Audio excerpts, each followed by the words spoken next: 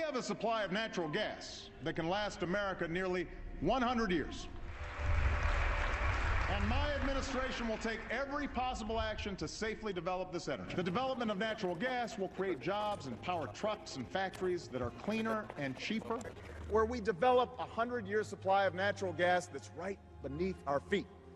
The boom in oil and gas production has driven oil imports to a near 20-year low and natural gas production to an all-time high.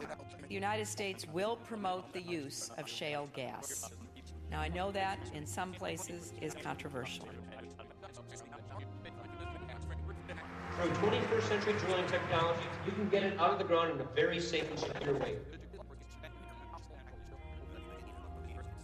I don't recall hearing about water being on fire. We will have North American energy. We're going to be independent.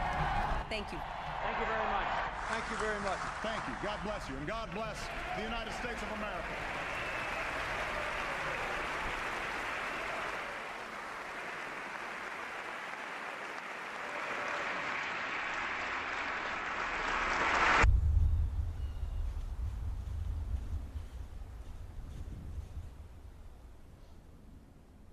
Hi. My name is Josh Fox. This is my house.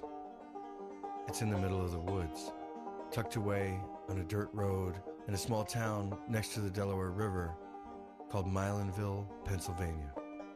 Just past my backyard, there's a stream that feeds the Delaware. It's been 5 years since the first proposal to drill thousands of gas wells in the Delaware River Basin came knocking at my door.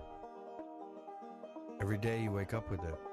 The fate of my backyard, the watershed for millions of people, up in the air.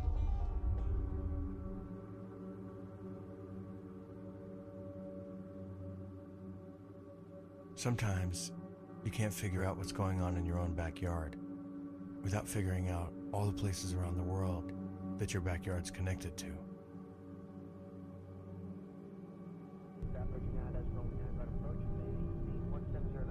And as we know, in sequels, the Empire strikes back. So let's start where we left off. When the tide came.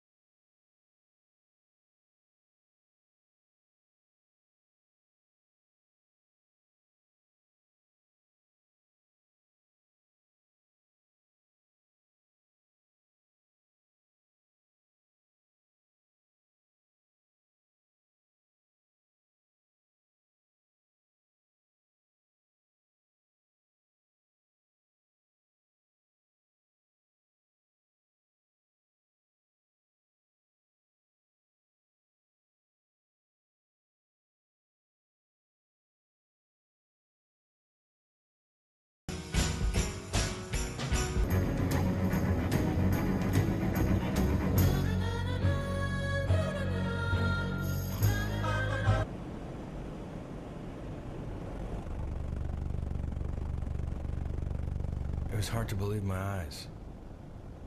As far as I could see, the surface of the Gulf, streaked with oil like ghosts along the surface. Nothing could really prepare you. We hadn't seen pictures like this on the news. It had been widely reported that journalists' flights were restricted to 3,000 feet and above.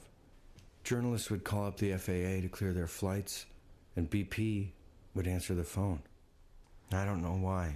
Maybe because it was a Sunday, maybe because it was the 4th of July and everybody was off. But somehow we got clearance to fly at any altitude we wanted. So this is what it really looked like.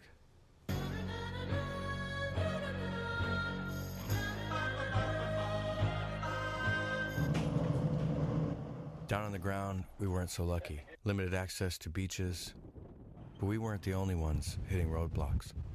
I was getting pretty good at this, I guess.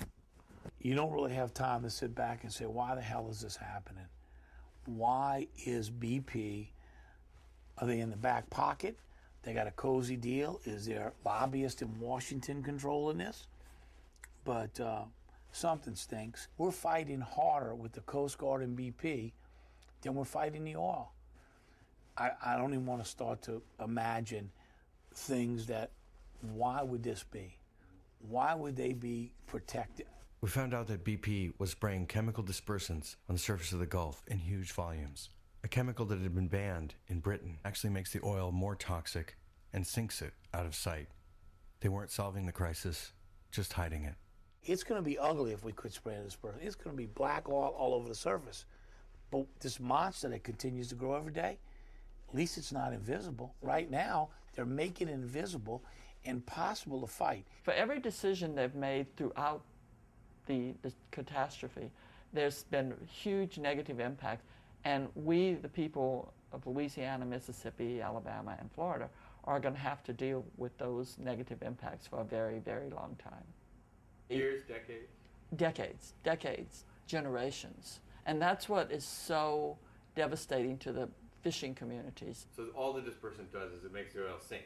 It makes it sink, and it spreads it throughout the water column and into the sediment. And most of the water column and the sediment have been damaged or destroyed as far as aquatic organisms are concerned because it's toxic. We lost the Gulf of Mexico as far as an ecosystem, as a productive ecosystem. We didn't lose the Gulf of Mexico as a source of fuel, fossil fuel.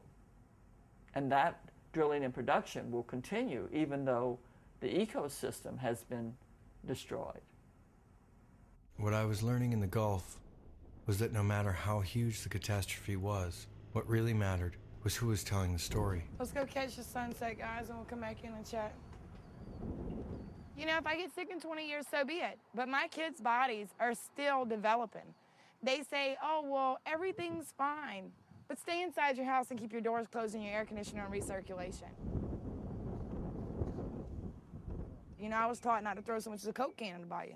This is our home. This is where we eat, sleep, live. This is us. We're bayou people. People don't understand something. This isn't just about an income. This is about an entire way of life. It's in its entirety. We'll go out here, catch 150 pounds of shrimp, or go crawfishing in the ditches or whatever, a couple 100 pounds of crawfish. 5 or 6 families will get together, no alcohol, bowl seafood, barbecue, whatever, and we have family time.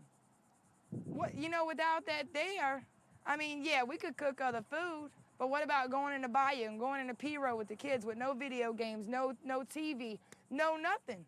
One-on-one. Some people go into the mountains and behind their house and they become one with nature. That's the bayou for us. If it's not there, what's the point of being here? We're gonna have a dead fishery, contaminated land, a bag full of bills, and a court date. When the federal government tells BP that their cleanup has been completed. Why stay? That's when it hit me. How much of this whole culture was gonna have to move.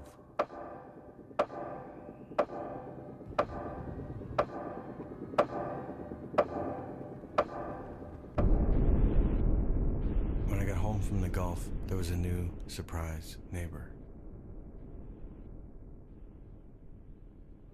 The Delaware River Basin Commission was debating a new plan to open up the river basin to 18,000 gas wells. The commission had approved 15 exploratory wells, and one was about a mile from my house. Wait, stop. I really want to start at the middle, but I got to start at the beginning. My parents built our house in the Upper Delaware in the same year I was born, 1972. It was my father's dream, and my mom filled it with furniture. He told my mother, I want to build a house of love.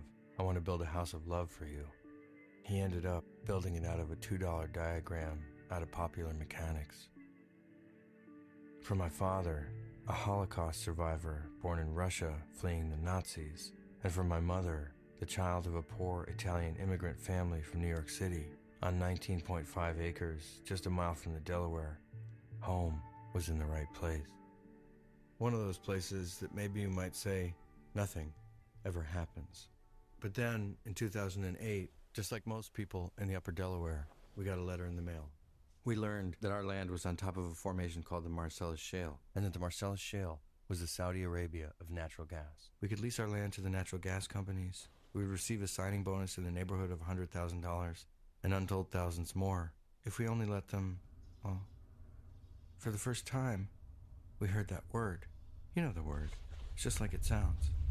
If we only let them frack us. Fracking. Fracking. Fracking. Fracking. Hydraulic fracturing or fracking. Fracking. So-called fracking. Fracking. The Marcellus shale gas. The shale. Lagerstätte der Welt. Das Marcellus Shale. Das sogenannte Fracking. The F word isn't in the dark anymore. It's an outright hit. Fracking was number 3 on the list of most popular words in the English language in 2011, right behind occupy and deficit. And with 1 to 2 million new wells projected, America is in a fracking frenzy. Hydraulic fracturing, or fracking, is a method of gas extraction, drilling deep down thousands of feet to a shale formation, and then forcing down the well millions of gallons of water laced with toxic chemicals at such intense pressures that it created fractures in the rock and freed up the gas. But you never just drill one well in a shale play, you drill thousands, creating an industrial redefinition of the landscape. Millions of gallons of water per well, thousands upon thousands of truck trips, thousands of tons of proprietary chemicals injected into the ground. And because fracking explicitly is exempt from the Safe Drinking Water Act, the industry doesn't have to tell the public what chemicals they're using. The bigger picture still is that we were just in the corner of the largest domestic natural gas drilling campaign in history, now occupying 34 states. The gas drilling and fracking industry was knocking on the doors of millions. And with thousands of cases of water contamination, air pollution, and health problems reported across the U.S., it's not just the numbers that get you dizzy. There was only one problem. The gas industry denied everything. To date, we have found no verified instance of hydraulic fracturing harming groundwater. The war for who was going to tell this story was on.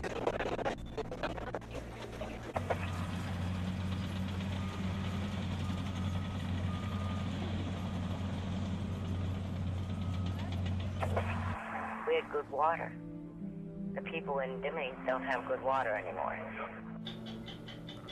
In the shale gas gold rush, Dimmick is the ghost town. How many of you lost your water supply? They said, Dad, we got gas in the water over there. I can actually shake the jug up and light. You put a match to your water and it went up in flames? I can take my water, shake it up, turn it up, and it'll explode like.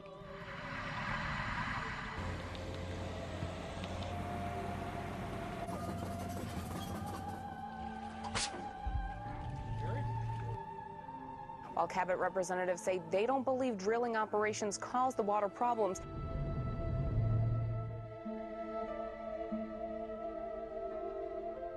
We're not greedy people. We just want some justice for something that's terribly wrong that happened here. We don't believe the process is contaminating the groundwater.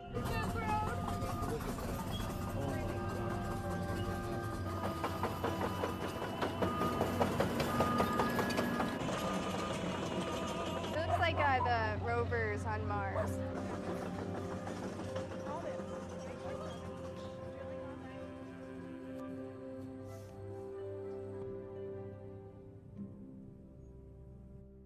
Cabot said that they were not responsible for the contamination of the wells.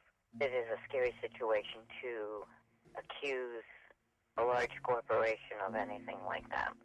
After years of trying to negotiate with Cabot, the drilling company, the Dimmick families bound together to sue. When the lawsuit broke, so did their silence. Bill Ely lit his water on fire on every channel on television. And Sheila Ely, his wife, the mysterious voice on the phone, invited me over to look at some of her documentation. I like my pictures on the wall. When you have frames, you can't get all the pictures up that you want. So I just laminate, and I just keep laminating. I have a laminator. My ancestors settled this spot right here back in the 1800s. I'm like 5th generation, and I hope there's 5 more generations after me that live here. And I'm not selling, I'm not leaving. Just across the road, their nephew Scott Ely had worked for Cabot. Now he was the key witness in their lawsuit.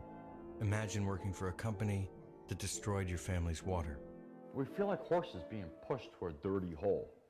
And, you know, horses won't drink bad water. They just won't do it. Or having to tell your kids that they can't swim or fish in the creeks and ponds you grew up in. I like fishing. I like frog catching. That's all I ever do for my life. Yep. Even when we go in the pond, we try to catch fish, we just get sick. Cabot should deal with this in the courtroom. They don't want to do that. They want a street fight out of this. The big, strong Ely family was ready for a fight.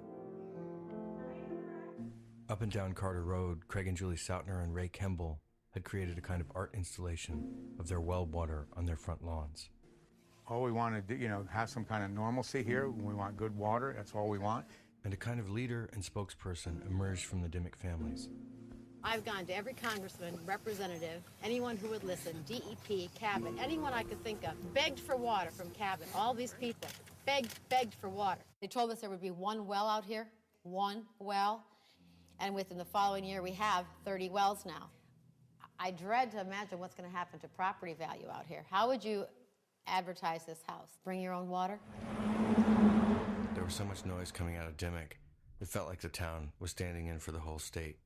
But Dimmick wasn't alone. Over the past 4 years, a huge change had swept across Pennsylvania. Governor Ed Rendell had rolled out the red carpet for the gas drilling industry. Thousands of wells drilled. Thousands of reported violations. The New York Times investigated and found that wastewater from drilling was being inadequately treated and dumped back into water supplies all over Pennsylvania. And with this much evidence bubbling up across the state, even the pro-drilling Rendell administration had to take action.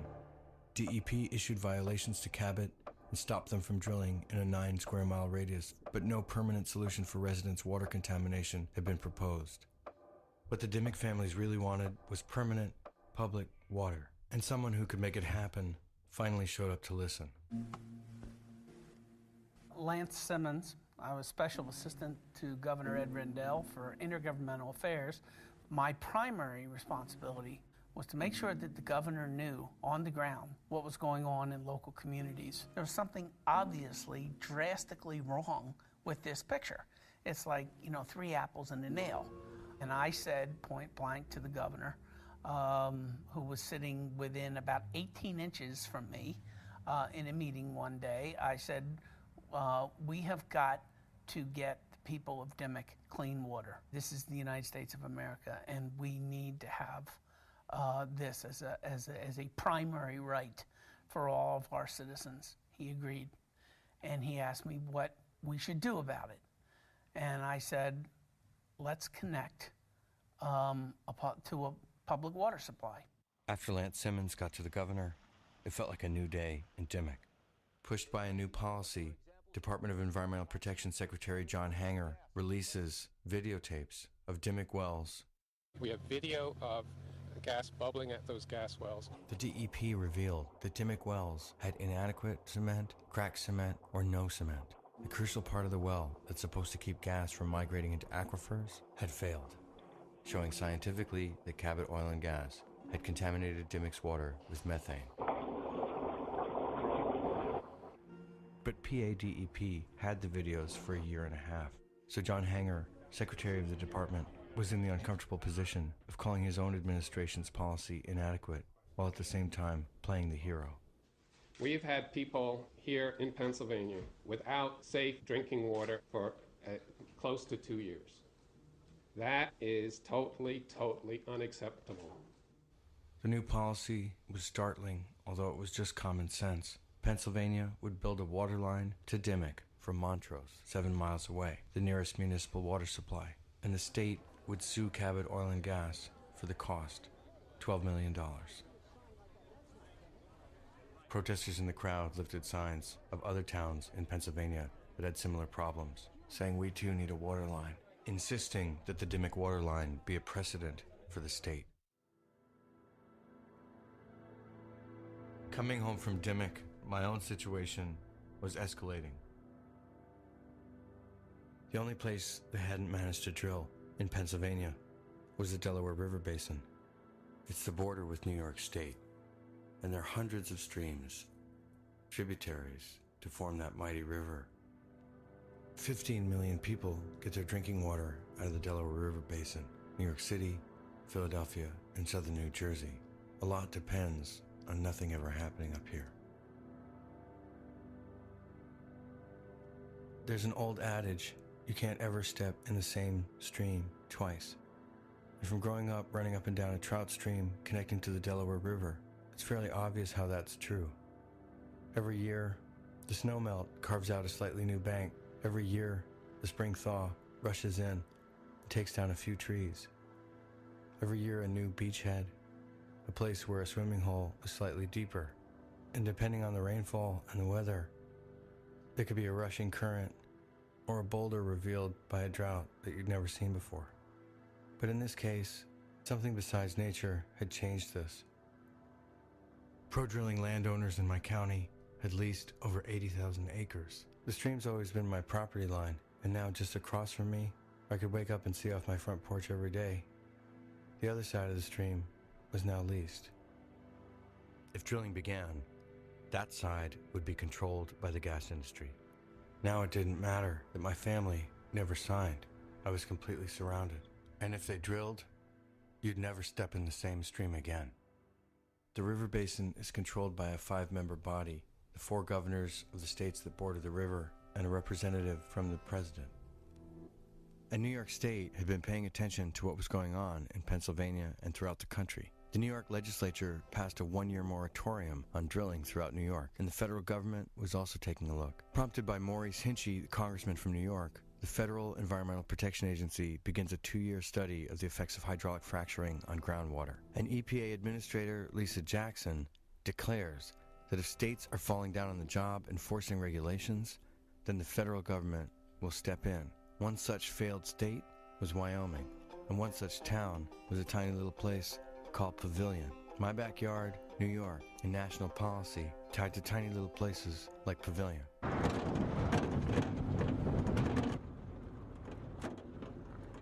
EPA moved in and did a full groundwater study, testing for hundreds of chemicals related to gas drilling and the gas itself. This is the ultimate detective novel. I mean, these people are scientists and detectives and researchers, and they are doing an extraordinary job, but they are absolutely moving mountains to get this done. Most people in the West don't own their mineral rights. So when the gas companies showed up in Pavilion, drilling over 100 wells, landowners had no control over where wells were drilled and no share of the revenue. So, you know, they have all this danger, you know, no unauthorized personnel, but in the middle of my field, I have to, now that we've got a big oil field location in the middle of the field, we have to irrigate around it. And on August 31st, 2010, the EPA released results showing contamination in 19 out of the water wells tested. Even though those chemicals are in fracking fluids, Encana, the company doing the drilling, denied responsibility. And Wyoming's governor was openly hostile towards the EPA. Because of the gas industry's exemption to the Safe Drinking Water Act, they're not required to report which chemicals they're using. The investigation was ongoing, but EPA told Pavilion residents not to drink their water. Just down the road, Louis Meeks, John Fenton's neighbor. Want to cold drink water? Yeah. His water still smelled like turpentine. This company come in right in the middle of our place, and we didn't do nothing to them. It ain't no mansion. I know it ain't no mansion, but it's home to us. We're happy here. We have a garden, and we have fruit trees. You know, there ain't much we need. Our kids were raised here. They rodeoed and everything else, you know, and that's the life we wanted. But look at it now. You want me to shut my mouth? I'm not gonna. Do you want to see them letters I wrote to the president? Sure. You know, I never was a tree hugger or anything, but, you know, something needs to be done. I mean, you know, this is terrible. And you only got the letter in return from EPA? Yeah. In terms of EPA, don't you think there's some hope there? Yeah, I hope there is, but the state's fighting them worse than in Canada. Yeah. And Canada's not fighting them. Wait a minute, the state is fighting EPA? Yeah. Well, they say the feds trying to run the state government. So what they're doing is trying to keep the EPA out of here. Every day, John Fenton walks out into the field, switches the direction of the irrigation pumps. Surface water from a canal that the dog can drink, but that humans can't. His own water, his groundwater, that should be pure, he knows, is contaminated. The chemical that's in our water, it's something that's only been seen a couple times. So, I mean, ever. If this world worked the way it should, if the laws were designed to protect the people and to protect the environment and not to make corporations rich, they'd have the chemical lists in front of them. There's a natural filtration system in the earth, layers and layers of mycelium in the ground, filtering out bacteria that can cause illness. But natural filtration won't take out fracking chemicals.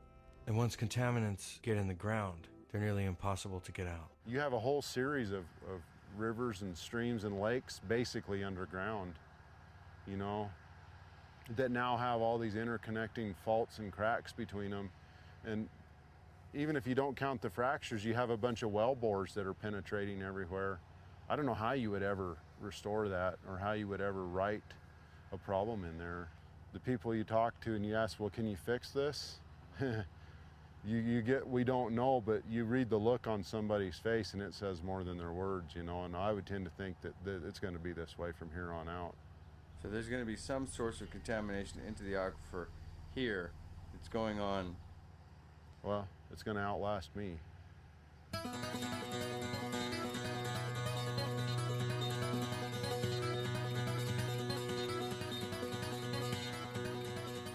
In 2009, an air quality researcher at Southern Methodist University, Dr. Alan Mendarez, figured out that the 7,700 gas wells in the Barnett Shale caused as much air pollution as all of the cars and trucks in the Dallas-Fort Worth Metroplex.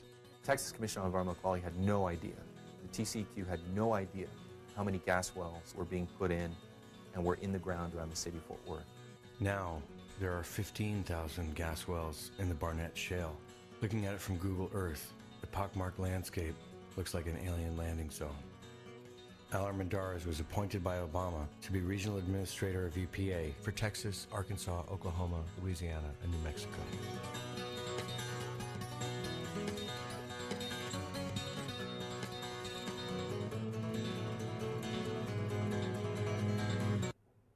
So do you want to talk about Barnett Shale?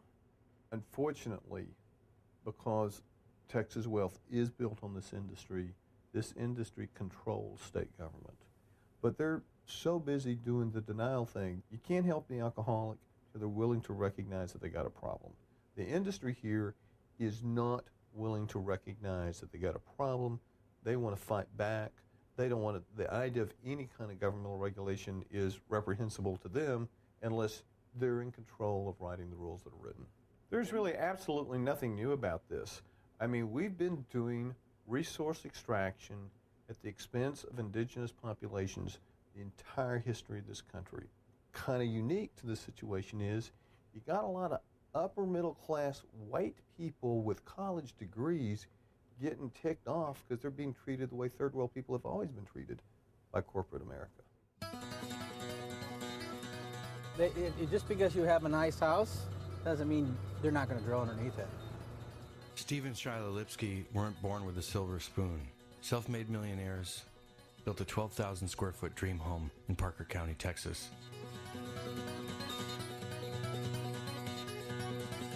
The house was completed September of last year. Okay, master. Our tub that we don't use anymore because it takes 200 gallons and we can't afford it. I never met anyone prouder of their new house than Steve Lipsky. And the beach. My whole house, I can control everything on my phone. Waterfall's on.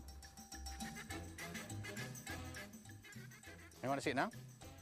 But just outside of their gated community, Range Resources drilled a horizontal well directly underneath their house.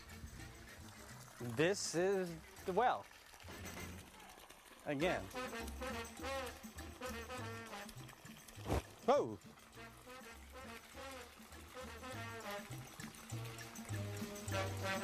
There we go. So this is going to make you sell this house, or walk away from it, or something. What are you going to? What do you? I mean, we don't know. Again, we ship it. What you're going to do? Well, if we have, who's going to buy it? You know what? What I'll probably do is sell this, and then have the gas company sue me for selling their gas.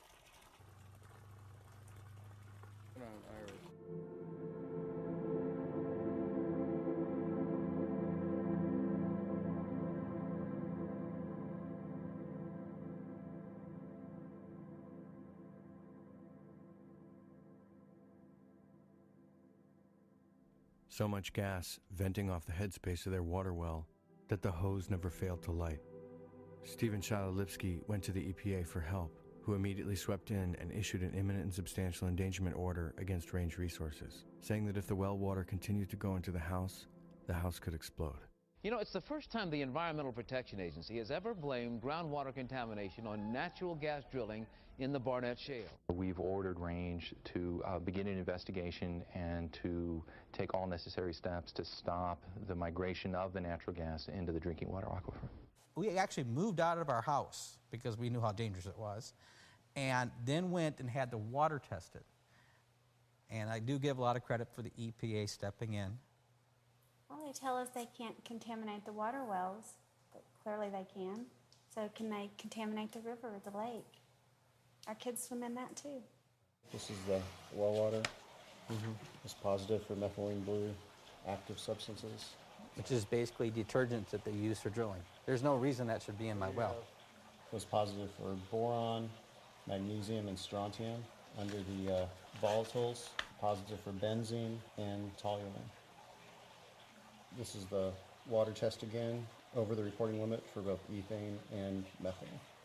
Despite EPA's enforcement action, Stephen Shiloh-Lipsky were on their own, paying for water deliveries $1,000 a month. The laboratory said it was off the charts. They'd never seen something so high, and they were amazed that it came out of a water well. They said you have to tell that homeowner that he cannot use it, not for anything, and including even watering the yard, because your grass will light on fire. With a store-bought methane detector, Steve Lipsky would walk in and out of his house, gauging whether or not it might explode.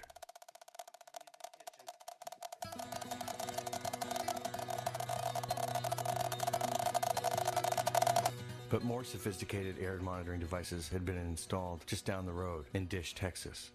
Dish, Texas changed its name in a PR deal to receive 10 free years of Dish Network. There's still 4 years of free Dish in Dish. And now, with 10 pipelines crisscrossing the town and wells doppling the landscape, there's also a lot of free gas and other volatile organic compounds floating around in the atmosphere. And even our regulatory agencies here in Texas didn't seem to know what was being emitted. We did mapping of the chemicals. For example, this is benzene short term. This is probably a mile. So that's the 1 hour. If you're exposed to this for 1 hour, in theory, there could be negative side effects. And if you look at every one of these chemicals, dimethyl sulfide, trimethylbenzene, the sulfur compounds, but it's a neurotoxin. For benzene, you came over to probably here. If you looked at the sulfur compounds, you covered this map. You still can't give up. Together we bargain, divided we beg. Is Daddy the mayor? I've done a lot of speeches with them sitting in the front row. Do you guys get bored when he's talking? Yeah. It really started to bother me when my boys were having nosebleeds. Josh, he'd wake up and then he'd be panicked because he has blood everywhere. Seeing my baby in that way was kind of traumatizing. At what point do you say nosebleeds are one thing, but I don't want to see my child with leukemia and then look back and go, well, if I had moved, maybe my child would be healthy. Knowing what I know, it's my duty as a U.S. citizen and a human here that we go and share our experiences here. You know, 3 years ago, I was a Republican. Now I'm an independent. you know, the things that they did, it just pissed all over us, you know? What they're doing here is the biggest assault on private property rights that I've ever heard or seen, and they're supposed to be conservatives. That's one of the founding principles of conservatism is private property rights, and you got no private property rights, not in Texas at least.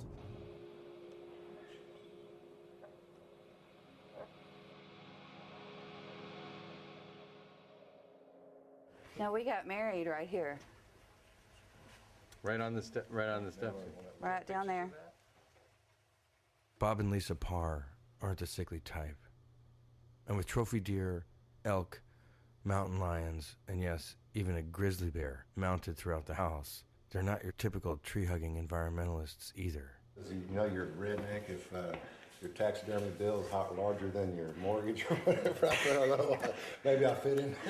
Lisa and Bob Parr built their dream home in Wise County, Texas, not far from Fort Worth in the Barnett Shale.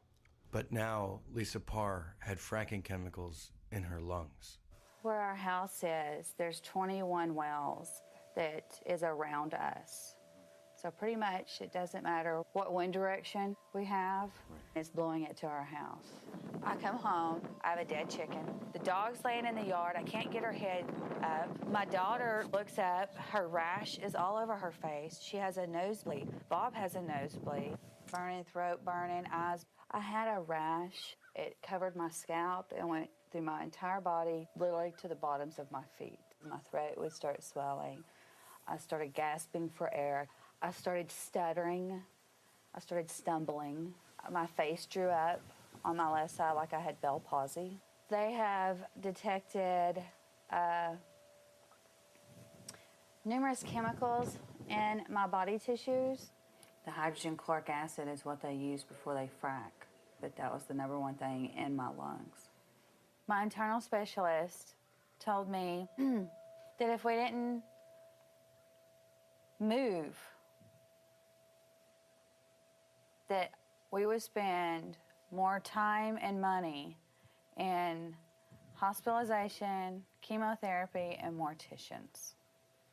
I moved here, I married this wonderful man, and I cannot ask him to leave his house. I can't do it. But now we've been forced to because we're all sick. And they found it in our blood and in our organs, and we have to go through treatment. And I want to find a way to come back home. My daughter has spent most of her time with me in the past year picking me up off the floor. That's her drawing. She had just found out when she drew this that we were going to have to move at our house. For 2 weeks, she cried all the way to school, but now she's adjusting really well. This is the hard hats. Yeah. Just clean your mess, okay? And they say, okay, with a question mark. I thought that was really weird coming from a second grader. Like, okay. While Lisa Parr's daughter was making drawings asking the gas companies to clean up their mess, the gas industry was making their own drawings. Not by children, for children. Sponsoring schools and science fairs, and sending out coloring books featuring Talisman Terry, the friendly Frackosaurus, or a dog mascot for Chesapeake Energy. Dedicating several children's books to Calvin Tillman's library in Dish. This is from Atmos Pipeline. This is from Devon Energy. Another one from Devon. Here's Atmos Pipeline. Children of Dish, in honor of Mayor Calvin Tillman, from Atmos Pipeline, Texas. So as far as the situation in the Barnett Shale that I've witnessed, with all these families who are in deep trouble medically, Move. They need to move. Different people have different tolerance levels. If people are getting sick, they need to take the losses financially and get out of where they are. Your personal health is more important than anything else. do you say that to 65% of Pennsylvania, 50% of New York? Or No, I'd say fight where you can fight and make a difference. But if I had kids with health issues because they're living in the Barnett Shale, or if I had health issues living in the Barnett Shale, I'd move. The gas industry hit back, mounting a smear campaign against Al Armendariz, Calvin Tillman, and openly challenging Lisa Parr in the media. But possibly the most extreme reaction was to Stephen Shiloh Lipsky, Range Resources filed a $4 million defamation lawsuit against the Lipsky family, a slap suit meant to keep them quiet. The gas industry had defended many lawsuits extremely aggressively, but this was the first time that I knew about that they were actually taking a family to court. But behind closed doors, the gas industry's strategy was even uglier. At a Texas oil and gas industry conference, reporters made tape recordings of gas industry strategy, recording several brainstorming and tactic-sharing conversations.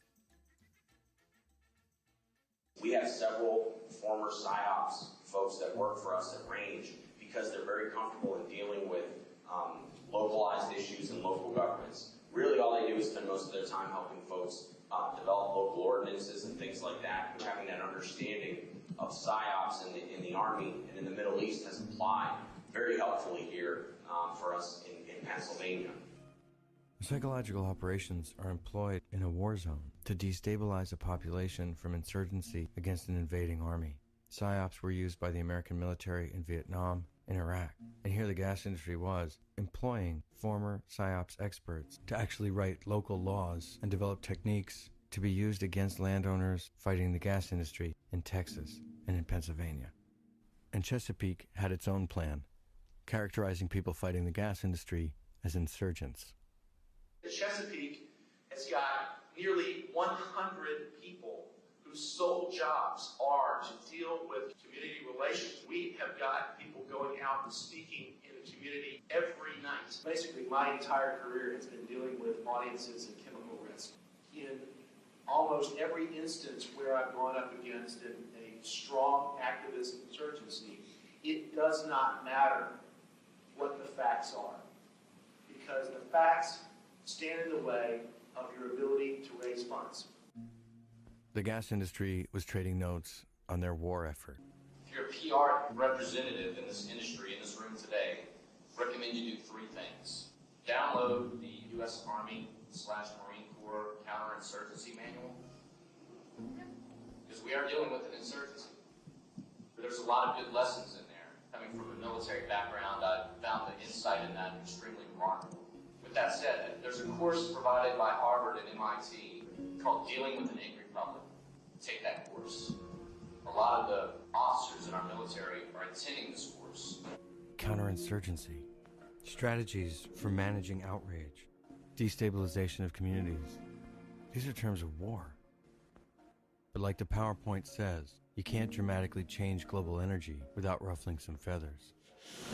It didn't seem to matter that the Defense Department had ruled that it was illegal for the military to use PSYOPs techniques against Americans.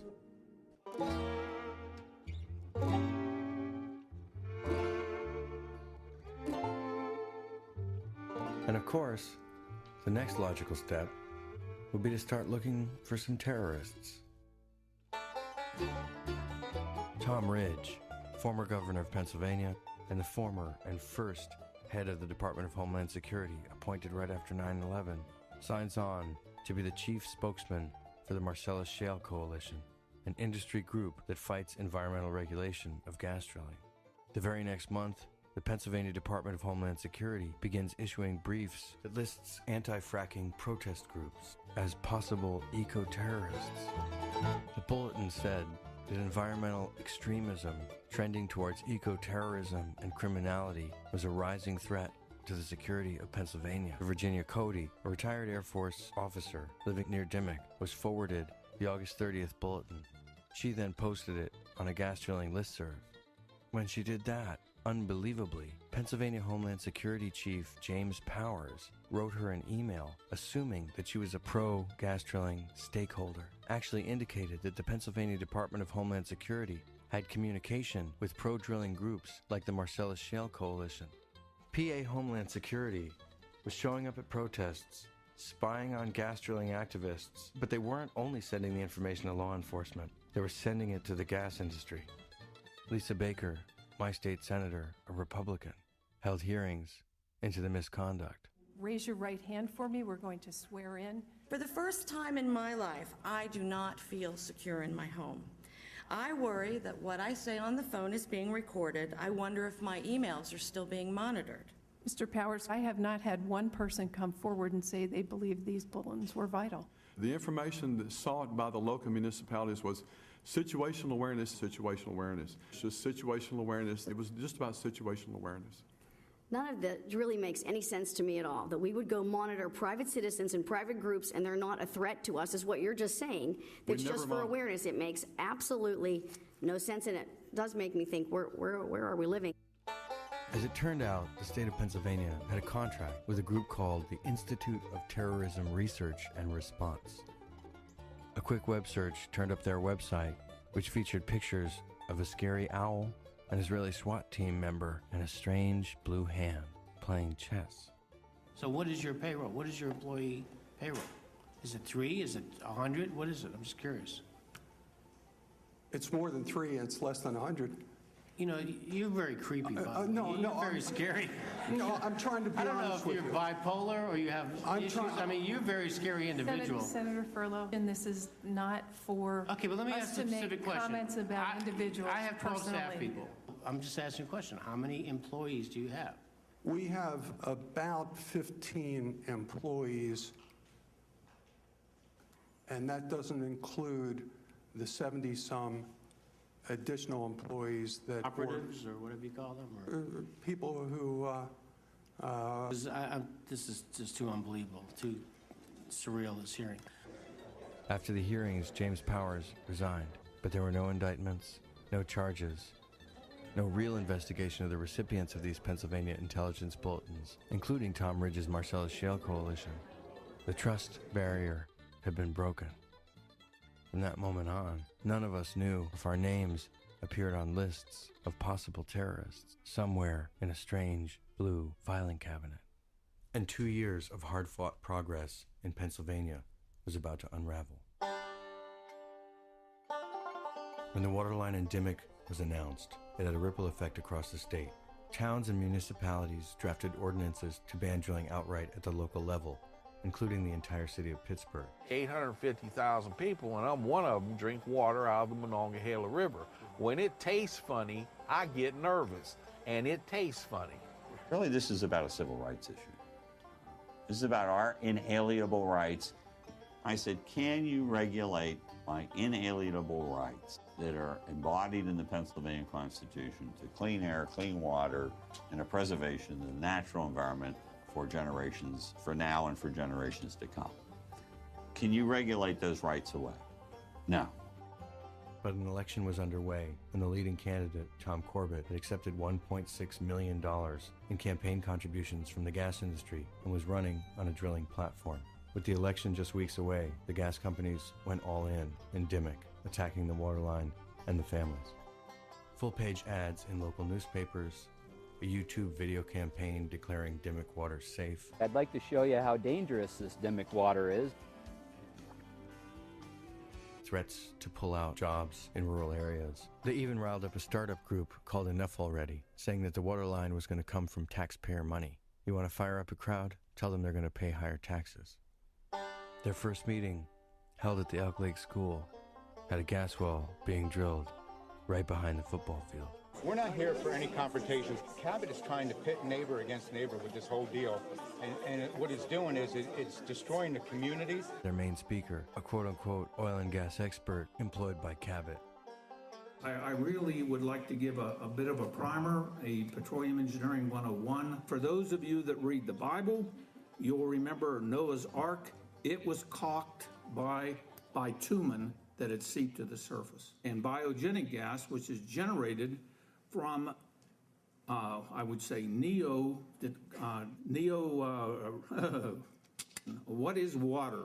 Casing needs to be set to protect fresh water. And that's not the term, because fresh water is another definition that we don't have unless it comes out of this bottle. Cheers, class, or cheers, group. Has anybody ever here seen a Amish buggy? Concluding thoughts, and yes, I will shut up. In the end, he said absolutely nothing about what actually happened to contaminate the aquifer. It was a dog and pony show hiding behind a smokescreen inside a hall of mirrors. So for those of you that are looking for jobs, not me because I'm too old, you're looking at an industry that's going to be around here for 100 years. Then it happened. Republican Attorney General Tom Corbett was elected governor of Pennsylvania. Cue the saddest newscaster in history. Well, it turns out there will not be a pipeline connecting Dimock, Pennsylvania to the Montrose municipal water system.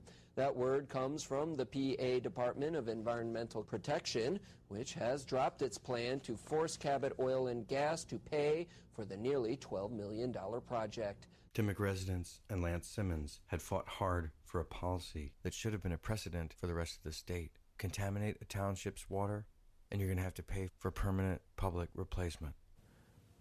Was it your hope that would have become a standard? Absolutely. I thought that it would have a long-lasting and pervasive effect. Unfortunately, it didn't work out that way. Governor Ed Rendell and John Hanger of the Department of Environmental Protection made a deal, negotiating without the participation of the Dimock families. Cabot Oil and Gas would pay each of the residents twice the value of their homes. In other words, the state and the gas companies made a deal to tell the people of Dimock to move. Not surprisingly, the families rejected the compromise. The water line would be canceled. No precedent for water replacement would be set. So you're upset with the way the situation was handled? I am not happy with the fact that that water line was not built. During the same period of time, 3 of Ed Rendell's top aides, including his executive deputy chief of staff, went to work for the gas industry. DEP Secretary John Hanger joined a law firm and lobbying organization that's a member of the Marcellus Shale Coalition and represents Pennsylvania's Independent Oil and Gas Association. And Governor Ed Rendell himself joined a private equity firm with interests in the natural gas industry, going on to advocate publicly for drilling without disclosing his industry ties. All this switching sides led the Public Accountability Initiative to issue a report concluded that the lines between government and industry had been blurred to a corrupting effect, and that the public bodies charged with regulating industry instead had become captured by it. You know, the revolving door between regulators and the regulated industries is as old as bureaucracy itself. I would never underestimate the power to make changes in a system that is as influenced as it is by the power of money. Does that mean that I would never have foreseen forces upending it, delaying it, canceling it? Nope. I've come to accept that as a fact of life in this dysfunctional political system that is not only true in Pennsylvania, but I think on a much larger scale throughout the country. Is it horribly unsafe? Is that what this fracking is? I do not know of one well. They always say it contaminates the aquifer. I've never seen that happen. I'm sure there are people though who would say I have, and it's been on my land, and I've seen the toxicity.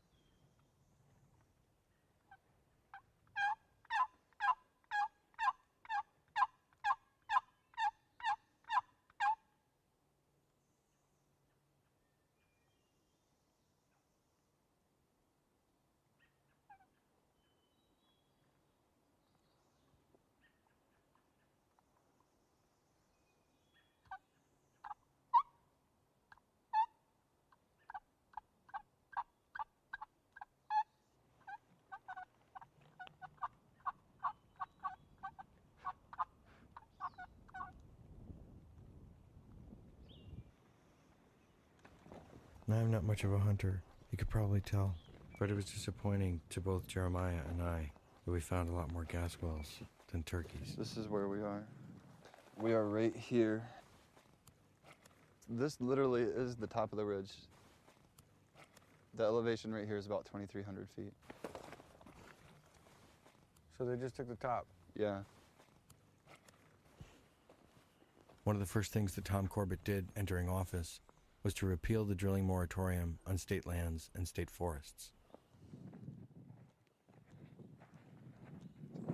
Who needed those damn trees anyway? This is only a tiny taste of what's to come. In Pennsylvania, you live in the woods just as much as you live in your house. Jeremiah and the G family, they're getting drilled on both. Look at that one. That's my house right there. They literally moved that thing as close as they possibly could to our property line. We were told they were going to put this well quite a bit farther away, like 1,000 feet farther away than they did. I took some shots of Ada, so like that one, like I can dig a hole too. Hi, how you doing? About 200 feet from Jeremiah's mother's window, a 6-well horizontal pad. You know, they have all that technology and they can work 24/7 drilling, but doggone it, they can't stop water from going downhill from that earth into that pond. You just can't do it. And here's the chocolate milk type water that is coming off of the well pad. May 2nd, 2011. Contaminants were running off the site onto his property and killing his family's pond. And under the ground, methane had migrated into their water well. Holy cow. Today's date is April 6th, 2011. You know, I'll get a phone call in a few minutes asking why I was up here with a guy with a camera. We were told, point blank, that the word fresh water does not mean what you think it means. Fresh water means fresh to this site. Every bit of water that will be coming here and used in the frac tanks has already been used at a different site. Therefore, it's fresh to us. So my question was, could we just call it fresh enough water? And the answer was yes. I also asked point blank, does it have chemicals in it? And the answer was yes. We have methane in our water already that we did not have before. Our pre-drill test proved that our water was pristine beyond anybody's standards. They will tell you point blank, there is no way that frac fluid will migrate.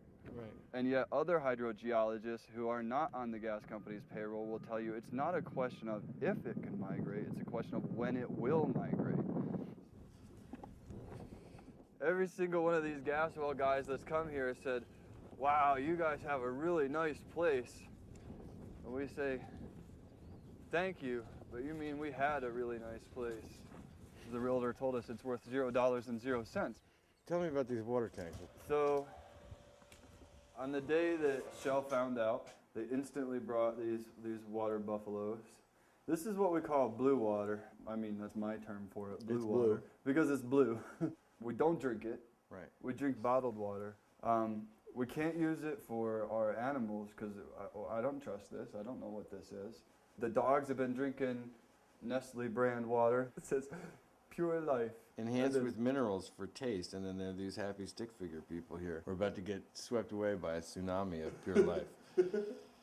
Well, I was thinking about the 5 cents in Oregon. If I could get those empty water bottles 3,000 miles away, I could get 5 cents out of each one of those. They don't ask for those bottles back.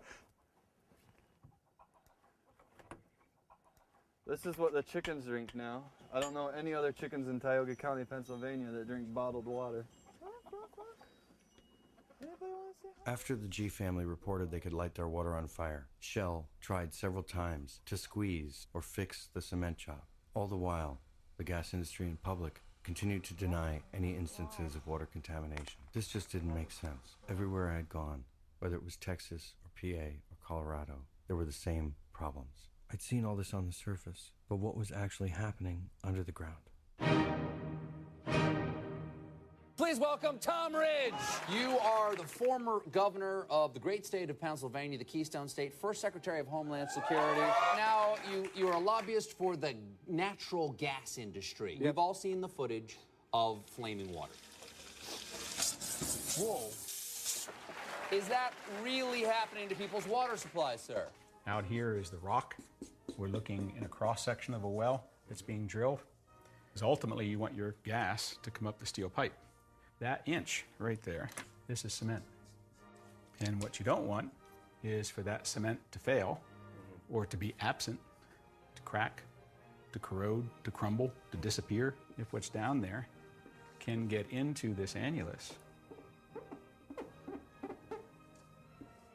then it can migrate. Yes, it is happening to some water supplies, and it has absolutely nothing to do with hydraulic fracking. Methane gas is naturally occurring. They've had methane gas, I'm speaking as a governor, in some of our water wells in Pennsylvania long before any wells, frack wells, were located next to them. Those are phenomena that are very well known for as long as we've been drilling wells and casing them. Naturally occurring methane gas often ends up in water wells, but there has not been a single proven instance where it has been related to hydraulic fracking. So now the shallow gas goes into an open annulus, pressurizes the annulus, gas migrates into an underground source of drinking water, somebody's water well. In my field, there are only three things that are certain: death, taxes, and fracture. Meet Professor Tony Ingraffia, Professor of Engineering at Cornell, the two-time winner of the National Research Council Award for Rock Mechanics Research, co-winner of a NASA Group Achievement Award, a former researcher for Schlumberger, the #1 fracking company in the world, and for the Gas Research Institute, proud Sicilian, accomplished turkey hunter, and in 2011, one of Time magazine's People Who Mattered. But I like to think of him as the godfather of cement. Hundreds of thousands of onshore wells and thousands of offshore wells, there's a probability of maybe 1 in 20 that a cement job will fail immediately. 1 in 20? 1 in 20. So 5%? 5% of all wells immediately will show a failure of a cement job. And there will be methane migration, because that means that this annulus, the area between the casing and the rock, is now open from below to above. You now have a migration pathway so that anything that's down there in the way of salts, heavy metals, other deleterious things that were stored in the rock now have a pathway and a vector and something to carry them upwards. I'm using the round number of 100,000 Marcellus wells in Pennsylvania alone. Okay. If 1 out of 20 is going to immediately show a cement failure, now we're talking 5,000 wells. That one water well is going bad. It means that aquifer, as what happened in Dimmock, it's the one aquifer that was servicing all those water wells. Yeah. Professor Ingraffia was basically telling me that a gas well is a long steel pipe surrounded by an inch of cement, and that cement cracks often. But there's one part of a gas well that he didn't mention: the PR department. So my job, and I do have a paid job as a consultant with the industry, is to make sure as Pennsylvania that we take advantage of their resources. I needed to talk to an expert in that part of the operation. Naomi Oreskes, author of the book Merchants of Doubt, traced disinformation campaigns from big tobacco all the way up to climate change. If we say, oh yes, oil and gas come out of people's taps naturally, a lot of people just don't know. They think, oh really, is that true? Oh well, I've heard people say that in Santa Barbara the tap water smells bad, so maybe it's true. Okay, now we have a debate, right? An ordinary person who doesn't know what to think doesn't need to think that I'm right. They just need to think that there's a debate, because so long as there's a debate, then there's an argument for staving off regulation. In the 50s, Hill and Knowlton, PR firm, designed the strategy to dispel that nasty little rumor that tobacco caused lung cancer, misinformation, and supporting bogus science that would call into doubt the legitimate science. America's Natural Gas Alliance hired Hill and Knowlton in 2009 as their PR firm. All of a sudden, ads were everywhere. They even bought my name on Google. Oh, so there it is. So 60 years later, right, we have the same PR firm that actually invented. John Hill was the originator of this whole strategy.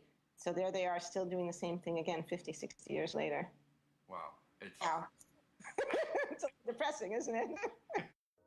It's just like the tobacco industry had memos in their drawers that said all along that they knew that nicotine was addictive and tobacco was harmful. The gas industry also has memos that show they've known all along. Some of them, in fact, have been published. Others fell off the back of a truck.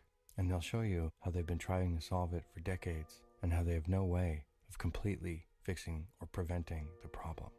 Number 1, from Southwestern Energy, the diagram clearly shows that the gas well has a cement barrier around the sides of it that prevents gas from lower layers migrating upwards into aquifers. But this isn't a PowerPoint about drilling wells. This is a PowerPoint about how cement and casings fail and allow gas or other substances to migrate into aquifers. It's one of their own documents about how cement fails. Number 2 comes from Schlumberger, Oil Field Review, published in 2003, that showed that sustained casing pressure, i.e. cement failure, occurs at alarming rates. Their own documents showed that cement and casings failed in 5% of wells drilled immediately upon drilling, and that the failure rate increased over time, that over a 30-year period, 50% of wells failed. Number 3, this report, leaked out of a gas industry conference from Archer, a well services company, shows enormous rates of leakage in the Gulf of Mexico and the North Sea, and high rates of what they call uncontrolled discharge. And this PowerPoint slide from the Society of Petroleum Engineers shows that 1.8 million wells exist in the world, and that 35% of them are leaking. It also states that the industry plans to drill more wells in the next decade than have been drilled in the last 100 years. Recent Pennsylvania Department of Environmental Protection statistics back up Schlumberger's initial findings. Well leakage was between 6 and 8.9% for newly installed wells, gas migrating into aquifers. The Pennsylvania Department of Conservation and Natural Resources predicts that there will be 180,000 new gas wells drilled in Pennsylvania. If 50% of them go bad over 30 years, that's 90,000 leaking gas wells. It's safe to say there's the potential for contaminating the entire state. Can we ever predict everything? Exactly, no. But we're in much better shape now than we were generations ago, predicting probabilistically the range of events that we expect to see. Unconventional gas development. It ain't your grandmother's gas well. Longer wells, higher pressures, higher volumes of frac fluids, more wells per pad. We should expect higher risk, higher accident rate, and that's what we're seeing. For decades, they haven't been able to fix the problem. There's no way to fix it. Just like tobacco, they have a problem that can't be solved. Just as there's no safe cigarette, there's no safe drilling. And they know it. Kerosene, benzene, urea, toluene. How many of those can I feed my toddler?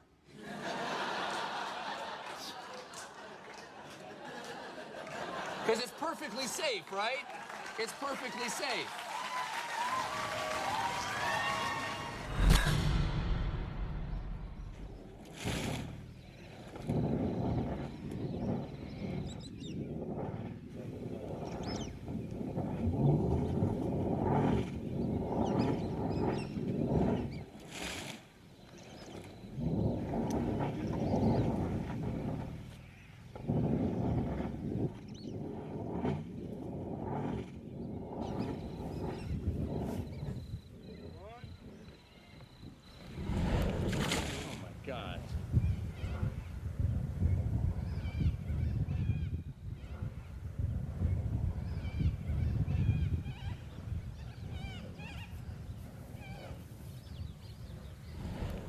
And that's the water well.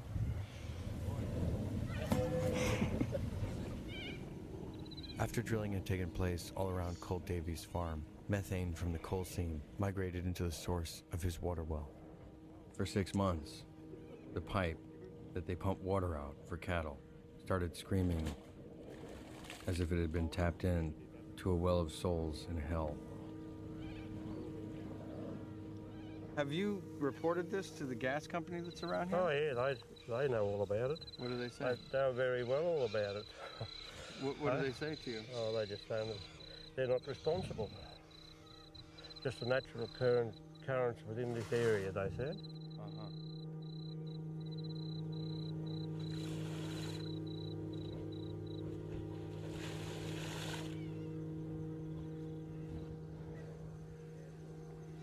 Have you had enough there yet? Something about Cole reminded me of American farmers. Soft-spoken, quiet. He didn't dress up for the interview. Had no interest whatsoever in trying to impress us. If it's damaging our water table in Australia, you know, we're the driest country in the world. We've got this artesian water table underneath us. I think they're doing huge risk to it. Australia wasn't alone.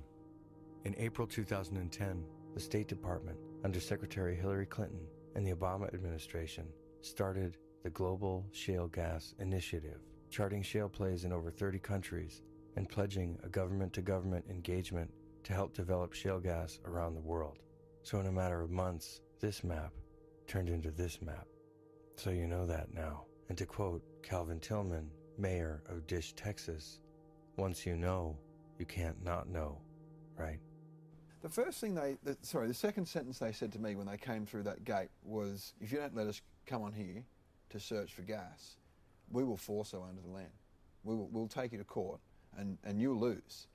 And I'm just like, rightio, I'll see you in court. Wrong group of people. The people out here are tough. They're gritty. I interviewed farmer after farmer, rancher after rancher, all across Australia. Nobody wanted this. And just like in the US, people were being told to move. They've vowed to literally lock the gate to the big multinationals and are prepared to be arrested if necessary. This is going to be the biggest single ecological impact that I think we will have been seen in 150 years. And all this happening is the dawn of the renewable energy technology, right? Well, I describe it as the last gasp of the fossil fuel era. And as it goes, it lashes out and destroys whole regions. What's really at stake here, apart from the environment and some really strong environmental values, is governance itself. Democratic governance is at stake here. But it wasn't just Australia that was rebelling. Protests against shale gas and fracking broke out across Europe, in the UK, in Bulgaria and Romania, in the south of France, in Canada.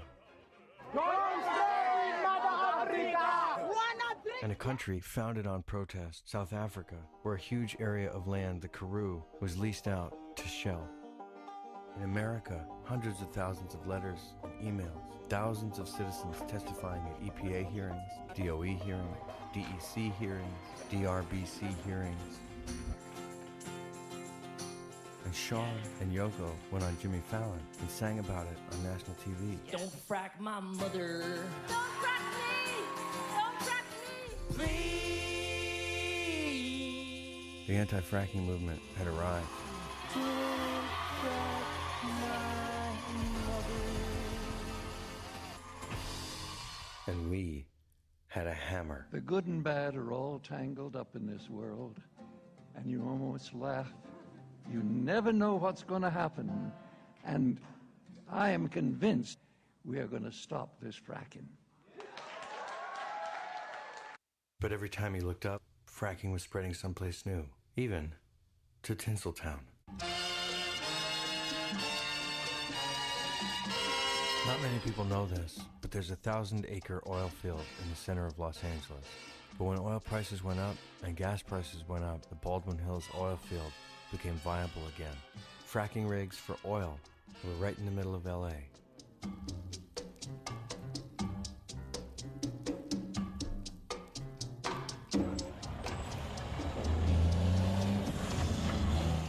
Where are we exactly? Baldwin Hills. Baldwin Hills. Smack in the middle of Los Angeles. Hollywood's that way, Beverly Hills is that way, Venice is behind us. And they're talking about fracking here? They already are fracking here. On the fault line? All through the fault line. In fact, in one of their original injection wells, which is the way they were doing it There's before. an injection well here? Yeah. In the middle of LA? Oh, yeah.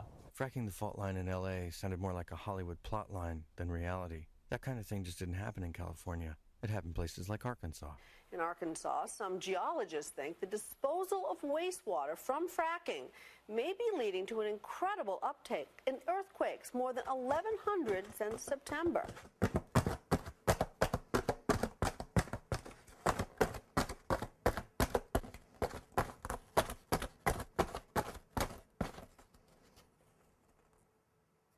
What happens? This is what I think is happening in this state. And when something goes on and the house starts rocking, then you'll see it start moving. Every few minutes we were having another quake, another quake, another quake. You see all this? Mm-hmm. And these are all active wells. Now if I zoom in here on Greenbrier, all of these little orange dots are earthquakes. This house was literally just rocking. Most of the quakes were small, microquakes. And how often does this happen? Usually every day. But then a 4.7 put cracks in the walls of the local high school, popularizing iPhone's earthquake app with high schoolers, and knocked the earthquake lady's husband out of his lazy boy. And he's a big man. Dirk de Turk, a Vietnam veteran, and his son's friends, who are Iraq War veterans, are having PTSD flashbacks from the drilling and earthquakes. He'd been obsessively tracking earthquakes on a notepad at home. October up till December. Looked like he hadn't played pool in months. There's like 630 or something like that in here, I believe. And these guys coming back from Iraq and Afghanistan. Sorry if you made it through that. Good luck in your neighborhood.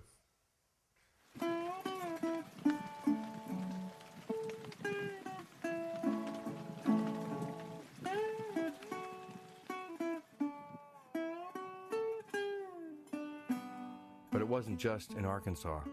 Earthquakes near fracking and wastewater injection wells were happening in Ohio, Oklahoma, Texas. This is the magnitude 4 earthquake, which occurred very close to Youngstown, Ohio. Before March, there had not been a recorded earthquake. Since then, there have been 11. These earthquakes were sitting there waiting to happen. We have triggered these earthquakes. Armbruster believes the trigger was this Youngstown well that disposes of contaminated water. The water is a byproduct of oil and natural gas extraction called fracking. The disposal well pumps thousands of gallons of the waste into rock a mile or more below. Armbruster says the fluid may have made its way into an earthquake fault line.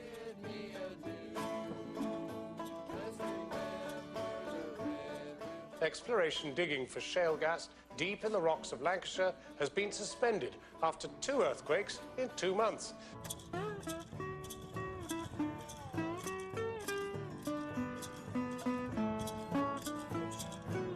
Just behind that truck are some of the wealthiest neighborhoods in Los Angeles. That's Santa Monica, Beverly Hills, Bel Air, West LA. It's all like there. FEMA did a study of what a 7.2 earthquake would do to Los Angeles along the Newport-Inglewood fault line. Thousands of projected casualties, trillions of dollars of damage. Comprehensive damage to buildings, bridges, and infrastructure. But the 1,000-acre oil field in Los Angeles is far from California's biggest emerging problem. So I'm going to show you a little bit here on the map where most of the produce is created in California, the Central Valley. Central California's agricultural basin, dependent on irrigation. It's the stuff of American lore, Land's End, the promise of America. The Central Valley is over the biggest shale play in the West, the Monterey Shale. That could mean hundreds of thousands of oil and gas wells up and down California. But there's one other thing that's in American mythology and American life that we know really well. California earthquakes. And the San Andreas Fault, probably the most famous fault line in the world, runs straight through the Monterey Shale.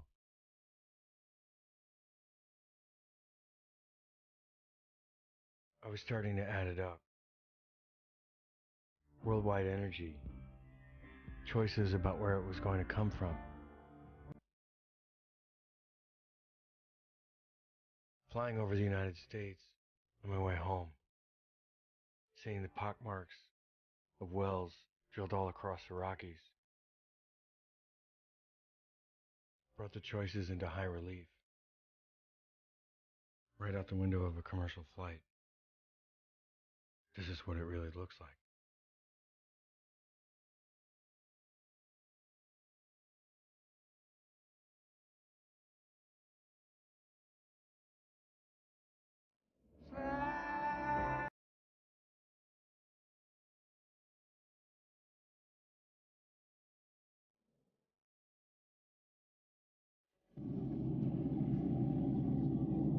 July 1st, the year was up.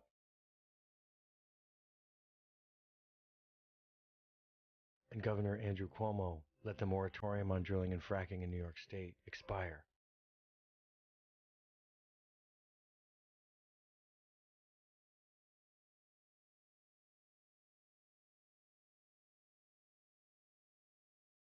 the decision in my backyard was now in the hands of Governor Cuomo and President Obama. Governor Cuomo announces that he's going to let science, not emotion, decide his policy on hydrofracking. In the fall of 2011, he got both, mounting protests across New York and 67,000 public comments on their environmental impact statement. But I was about to find out that this is much bigger than my backyard. That fall, Hurricane Irene came storming up the East Coast. It was the first time that I could remember a hurricane hitting upstate New York and central Pennsylvania. The stream swelled to 9 feet above its normal level. We lost lots of trees. There was nothing compared to what happened in upstate New York. Whole towns washed away. 100-year-old bridges washed away in the blink of an eye. A freak storm supercharged by warming temperatures. 2 words on everyone's mind: climate change. I don't think we live in times that are particularly kind to objective information. So the hypothesis here is shale gas is better for global warming than other fossil fuels, and it's a good transitional fuel. So we tested that, and the answer is, well, no, it's not. The White House has clearly bought into this idea that natural gas is part of the solution to moving us gradually off of fossil fuels. I don't think they did that with good science. We estimate that somewhere between 3.6 and 7.9% of the total amount of gas produced over a lifetime of a well is emitted to the atmosphere as methane. There's continual leakage at the wellhead, there's leakage from the storage and processing facilities, purposeful venting, also accidental leaks. You throw it into the pipeline systems and the distribution systems and storage systems. There's leakage in all of those. Global warming is caused by greenhouse gases emitted from fossil fuel burning. When you burn coal, you get a lot of CO2. When you burn natural gas, you get about half as much. But methane is the second most important greenhouse gas, and it's 105 times more potent at trapping heat in the short 20-year time frame. Bob Howarth's research shows when you add up the methane escaping into the atmosphere, the fugitive emissions, and the CO2 from frack gas, it makes it the worst fuel for global warming. There's only one planet. We're doing the experiment now of how global warming is going to work. We're sitting in this bowl. We're down here at the bottom, and the climate goes back and forth within some regime year by year. The worry is that in warming, you're going to switch up and go over into some other bowl over here, and you'll have a dramatically different planet. And that once you switched from this stable regime over to there, there's no easy way to get back. You don't suddenly start reducing your greenhouse gas emissions and go back up over this hill back to the way things used to be. You're over there in a new universe. If you believe that we might be approaching a tipping point over the next couple of decades, then you need to be really careful about pumping methane, that's such a potent greenhouse gas in this short time frame, into the atmosphere. Frank Finnan, a woodworker near Dimmock, surrounded by gas wells, bought a FLIR camera, a camera that can see methane undetectable to the naked eye. When I heard that for the first time, I said, who is this guy? He bought a FLIR camera? Is he out of his mind? Yeah, I was out of mind. Things like this will put you out of your mind. He started to discover what Bob Howarth had calculated. Methane exploding into the air in huge clouds out of fracking sites. And America, to me, was like Disneyland compared to the rest of the world. And now it's not anymore. For some people, it still is. For some people, we're just a story in the news. I'm a woodworker. Why does a woodworker have all this equipment? So don't tell me this is not your job. Yeah. Step out of your box. Go where you've never been before. Yeah. The times have changed. One night, I went out with him, but this time, we didn't need the FLIR camera.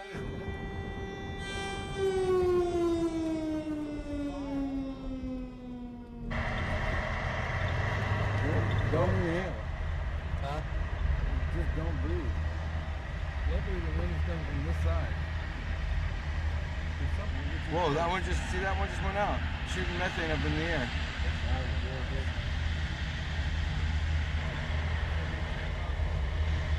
Oh, dude, it's right behind somebody's house. This is what Bob was talking about. Methane venting straight up into the atmosphere. There had to be a better way.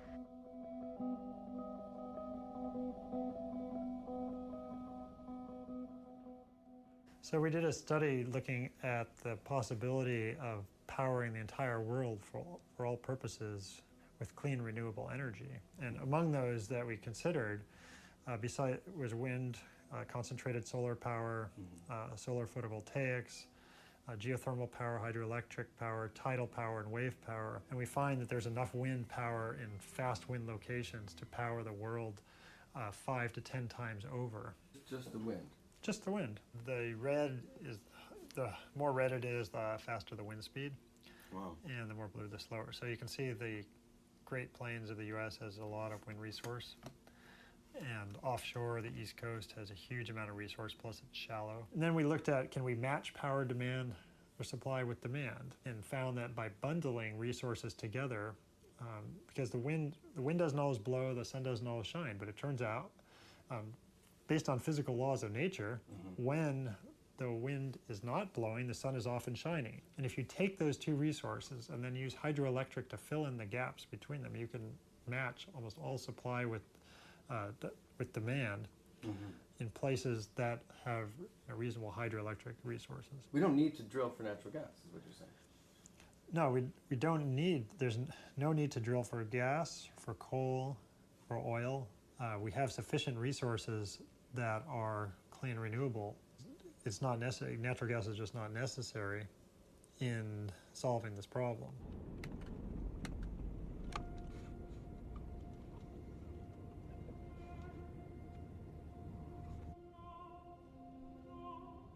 It occurred to me that looking at the root of the problem, I was going to have to try to investigate something that no one wanted to talk about. We called all 500 and change members of Congress. 15 people answered the call. We have no energy policy in the United States to take us out of our energy predicament. What we do in this country, unfortunately, is lurch from one golden dream to another. So right now, it looks in so many people's minds on Capitol Hill, well, natural gas. Oh, that's what we've been looking for. You know, why didn't we think of this before? All that's getting across is this new large reserve that's going to be so easy to tap. The oil companies don't, on some of these matters, don't even need to lobby because it's just not questioned. Really interested in hearing about is the influence of oil and gas on Congress. Oh yeah, influence, trial ownership. Really? Would you care to elaborate? Have we started yet? Or? We have started. Oh, okay. Sorry, I was just chatting. In Washington, I have seen committee meeting after committee meeting where a great many members just read the same talking points that are exactly the same thing that the industry witnesses are saying. People are out there battling for their homes, and they're trying to make their case here in Washington for the Safe Drinking Water Act, for the Clean Water Act, for the Clean Air Act, the Superfund law. Essentially, they have a lesser voice, is that what you're saying, on Capitol Hill than the corporation? I'm saying that corporations have extraordinary influence in Washington, more than ever. And that influence has been propelled by two Supreme Court decisions, Buckley versus Vallejo and the Citizens United case, that has given corporations the chance to influence elections of members of Congress directly.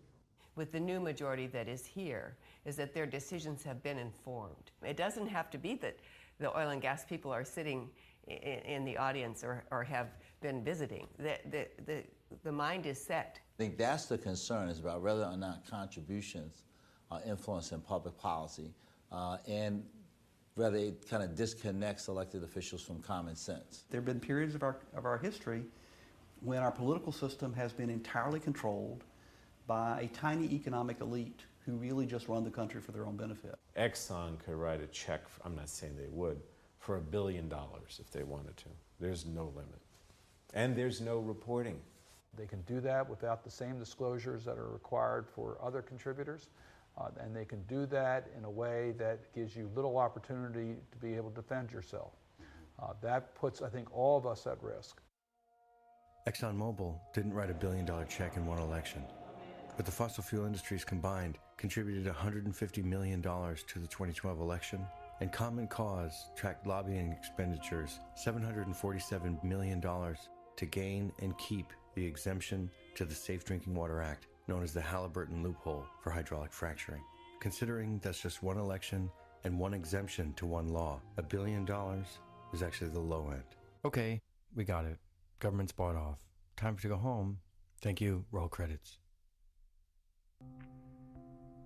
It just didn't seem that simple. There had to be something else going on under the surface that I couldn't see. The price of gas in Asia right now, depending on the contract, can be as much as $16, whereas it's $2.50 here. So if you're in the business to extract hydrocarbons, you're going to look for the customer that's going to pay you the most money, and that is most decidedly Asia at the moment, and Europe. Europe's paying about, what, $9.50, $10, something like that. As of December 5th, 2012, the Federal Energy Regulatory Commission had received over 20 applications to build liquefied natural gas ports to ship American gas overseas. The EIA, Energy Information Administration, reported that as a result of export, domestic natural gas prices would rise by more than 50%, and that developing 20 LNG ports at costs of billions of dollars each made fracking the U.S. at a large scale a foregone conclusion. And despite the nationwide shift towards exporting gas, the DOE refused to look at environmental impacts from LNG. So what is happening here? Well, I think there's a longer-term thing going on with this. I personally think that this is tied to crude oil prices. This populist argument that industry's used about, you know, American gas by Americans for Americans, while in the background they're working very hard to be able to export this gas out to grow other economies. It doesn't really play with the, you know, that populist argument that's worked so well in this current political environment. But, you know, again, is that what we want? And if we begin to export, the price of gas is going to move up. I mean, international pricing pressures are just going to dictate that the domestic price is going to go up. And wouldn't it be great for industry if they get us to be much more dependent upon natural gas, and then suddenly the gas price starts rising? To me, that's a classic consumer squeeze. And we will have done it to ourselves and put ourselves right back in the same boat that we're in with crude oil right now. We'll be much more dependent upon natural gas, and it will no longer be cheap. Thousands of miles of pipelines proposed to connect shale plays to LNG ports. Thousands of miles to connect shale plays to natural gas-fired power plants. Pennsylvania's woods, crisscrossed, fragmented, with clear-cut swaths of pipeline that could never be built upon. These trees have been here forever, you know? Meanwhile, the water buffalo was becoming the fastest-growing species in the state. Duke University released a study that showed that you were 17 times more likely to have elevated levels of methane in your water if you were within 3,000 feet of a gas well. 5,000 environmental violations across the state, and in one county, Bradford, close to 100 reported cases of water contamination in the first year of drilling. That fall, everyone was moving. That's part of the reason why the Hallowich family that lives about 600 yards from the fire scene this morning wants to move. Out of frustration, they carved the words Gasland in their yard. Jeremiah G's family moved. All of Jeremiah's meticulous documentation sealed away, the way that Shell had destroyed 4 generations of being on the same land. If you ask the family, they're not allowed to tell you. Lisa Parr moved. Dozens of other families pushed out. Their court cases settled, their stories sealed away, non-disclosure agreements keeping them silent. When he was going into radio silence, Jeremiah sent me a note. It said, Matthew 6:20. I looked it up. Do not store for yourselves treasure on earth. Store up for yourselves treasures in heaven, where moths and rust do not corrupt, and where thieves do not break in and steal. For where your treasure is, there your heart will be also. As a storyteller, there was something inhuman about forcing people into silence. If you take away a person's home, their connection to where they live, and you take away their ability to tell their story, seems to me you've taken away 2 of the most fundamental things about who they are. And there was one other person that was being forced out.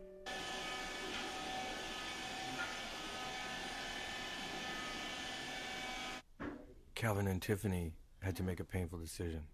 With Clay's asthma and Josh's nosebleeds, and with Calvin knowing full well from the air monitoring stations that he had fought to get installed exactly what was in the air and dish, they decided to pick up and leave. You know things are bad when the mayor moves out of town. This won't do me any good anymore. No more free dish network. When we signed up, we're going to get cable installed, and it reminded me how much that stuff actually costs. So, I'm going to miss free dish network. So these people are coming out here spending their life savings on a house, and then you're stuck. There's nothing you can do. This is the view where you have to ask yourself, my God, would I really want that in my backyard? Because it's in this guy's backyard. He's in litigation with him.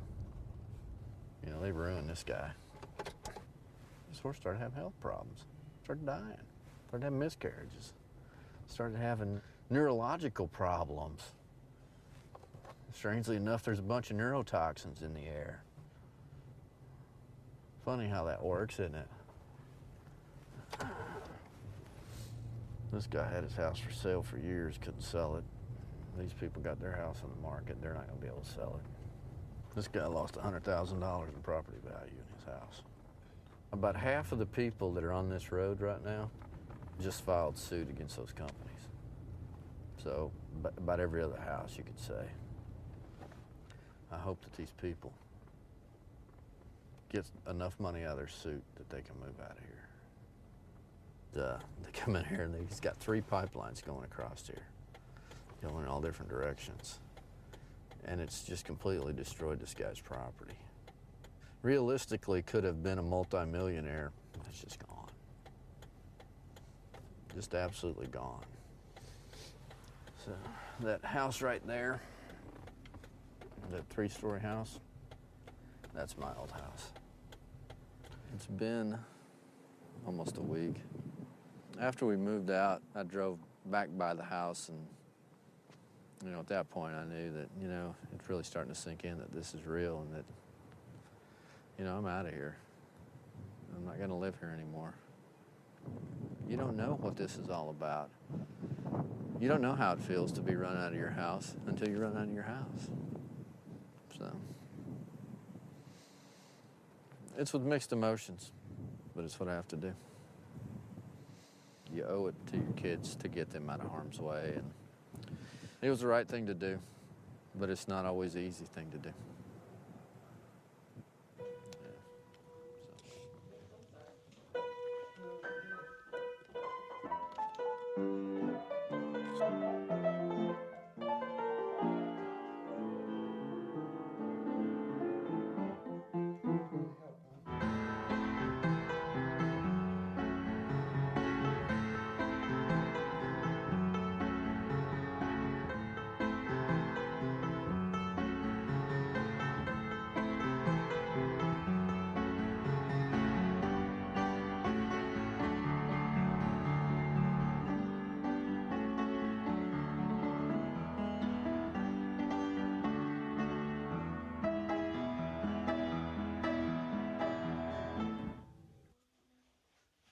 The scale of drilling has gone up astronomically.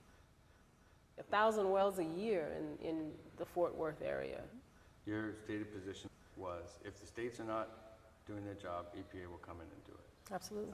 Remember, oil and gas drilling and development is primarily in this country regulated at the state level. States like Texas, states like Wyoming, states like Pennsylvania are going to have to step up. We do have cases where we believe we see many cases of groundwater contamination and drinking water contamination that are, if not brought on entirely by natural gas production, were exacerbated by it. Not just methane, which is natural gas, but other contaminants as well. So the whole process has been proven to contaminate, but you can't separate that one part of the process from the whole rest of the process. I can't separate the part of the process. That's why we're doing a 2-year study. Mm-hmm. So from that perspective, we'll have something to say.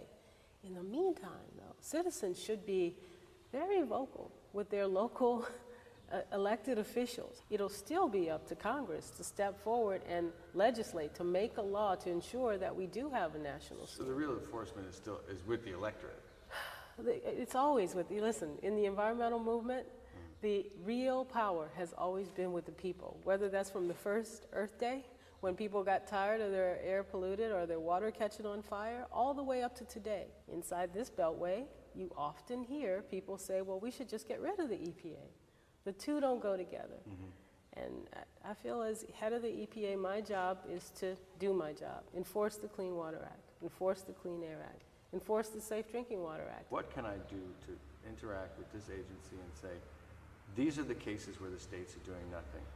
Josh, if you have concerns, please, let me start again. Right, Josh, if you have concerns, please bring them to us. Remember, we have said, and I have said, we are not walking away from enforcing the law while this study is going on. We're going to ensure that you steward the water resources. We're going to ensure that you take care of the air resources. We don't want you to pack up and leave a problem that we or the taxpayers are going to have to fix years from now.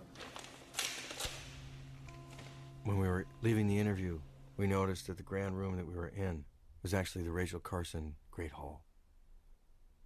And then I noticed that just under the Rachel Carson plaque was a fake plastic plant. Lisa Jackson, with all the attacks on the EPA, had her work cut out for her.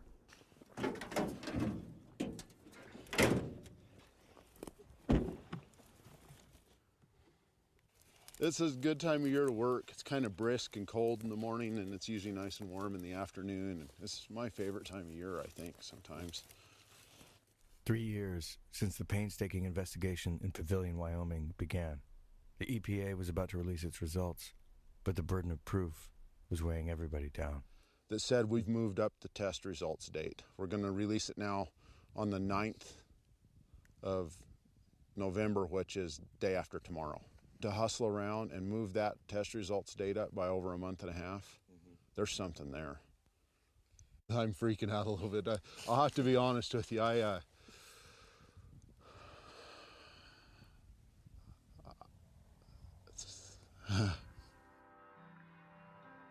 Can you imagine waiting 3 years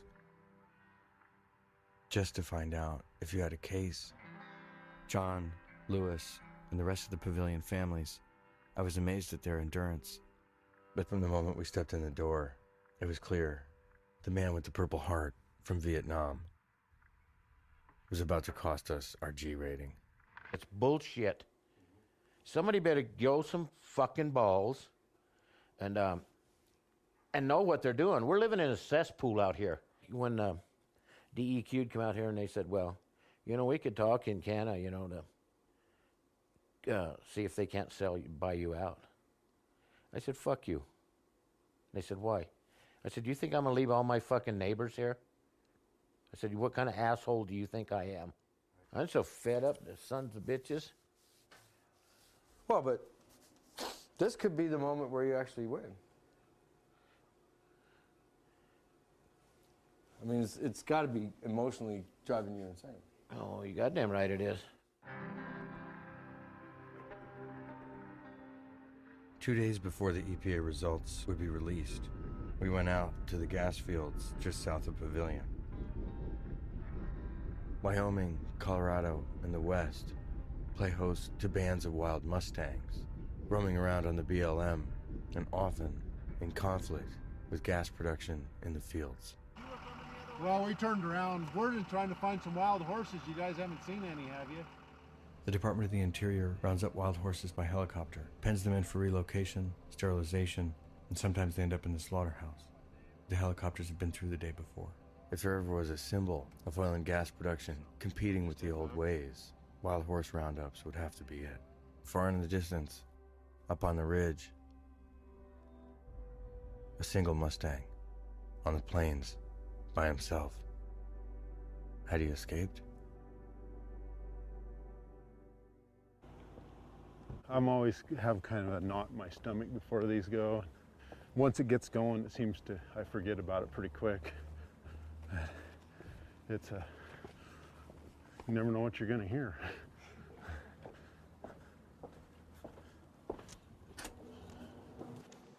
The drinking water well results. We did find methane in 10 of 28 wells. They were isotopically very similar to the gas from the production reservoir. We found synthetic organic compounds, including a couple of glycols, some alcohols, phenol and 2-butoxyethanol.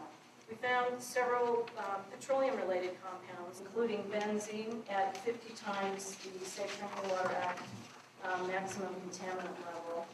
We also found diesel and gasoline range organics on a fairly widespread basis. Benzene, 50 times the maximum contaminant level on benzene in the monitoring wells. That's insane. That's a mad amount of pollution. The case in Pavilion was a shot heard around the world. It sounds almost absurd, but it was the first time EPA verified fracking chemicals were in the water because of fracking. And Lisa Jackson made good on her word.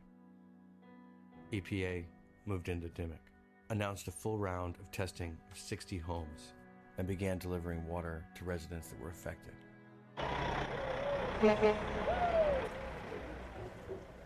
This is a day of vindication, right? It's huge, isn't it? Yes, it is. You know, It's a little overwhelming, too. it is amazing. I think we should be baptized with this EPA water. I haven't been baptized for a really long time, but I'm ready to be baptized. You want to get in the water? For the first time in a long time, in Dimmock, there was hope. And then the election started. Obama's State of the Union address was largely seen as the first campaign speech of the cycle. This country needs an all-out, all-of-the-above strategy that develops every available source of American energy. We have a supply of natural gas that can last America nearly 100 years. And my administration will take every possible action to safely develop this energy. Because America will develop this resource without putting the health and safety of our citizens at risk.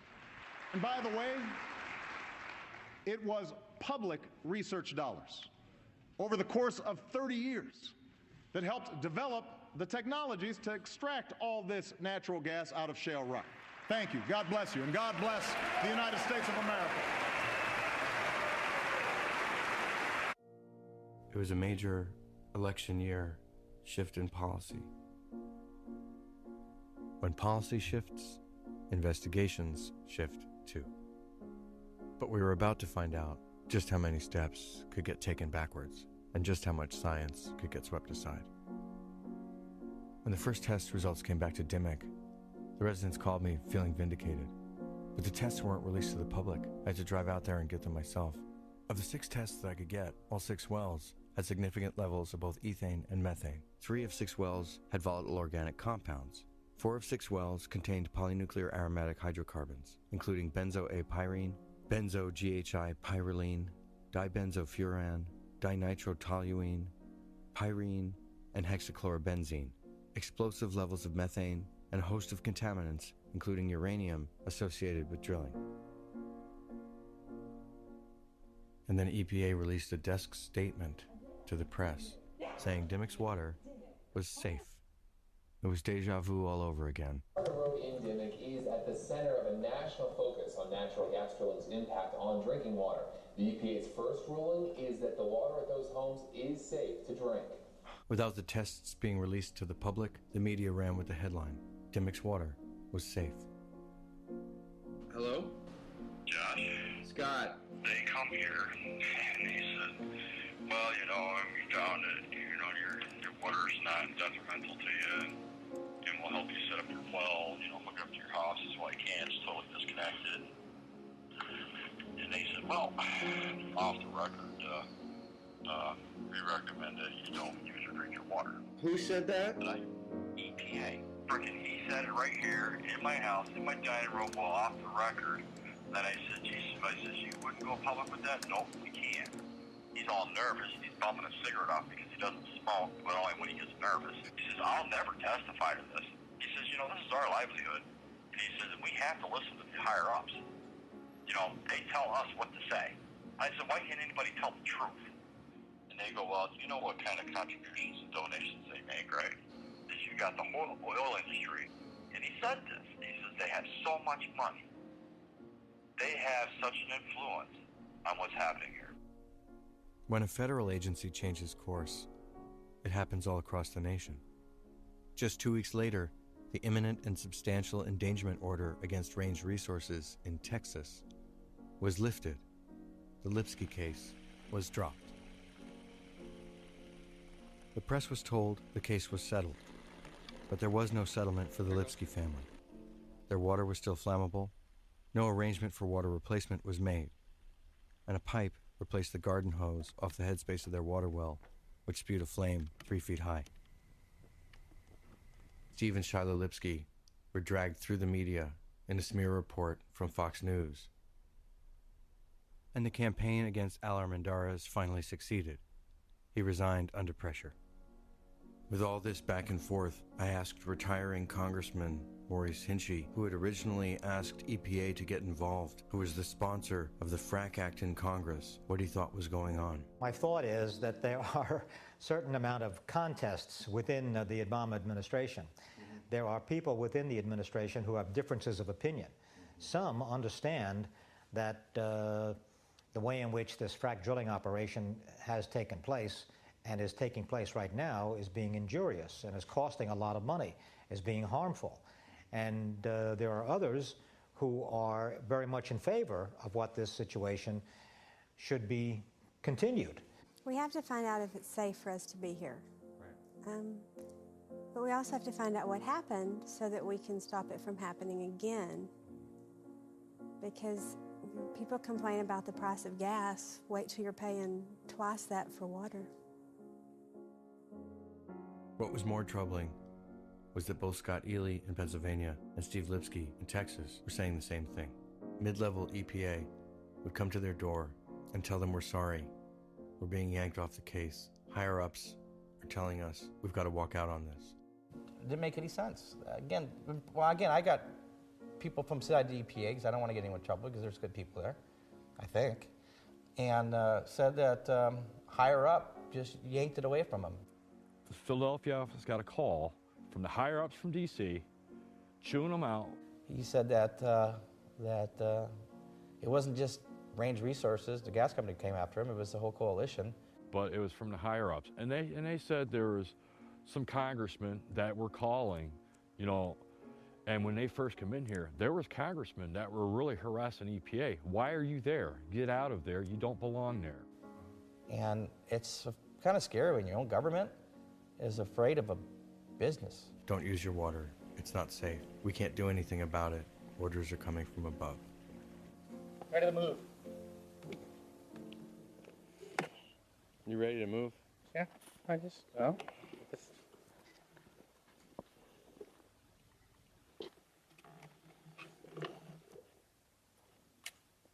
You'd really walk out on this if you had to? I guess you'd have to, right?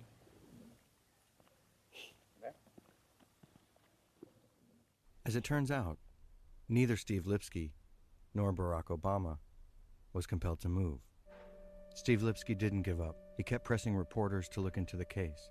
And just after the election, all sorts of things turned up.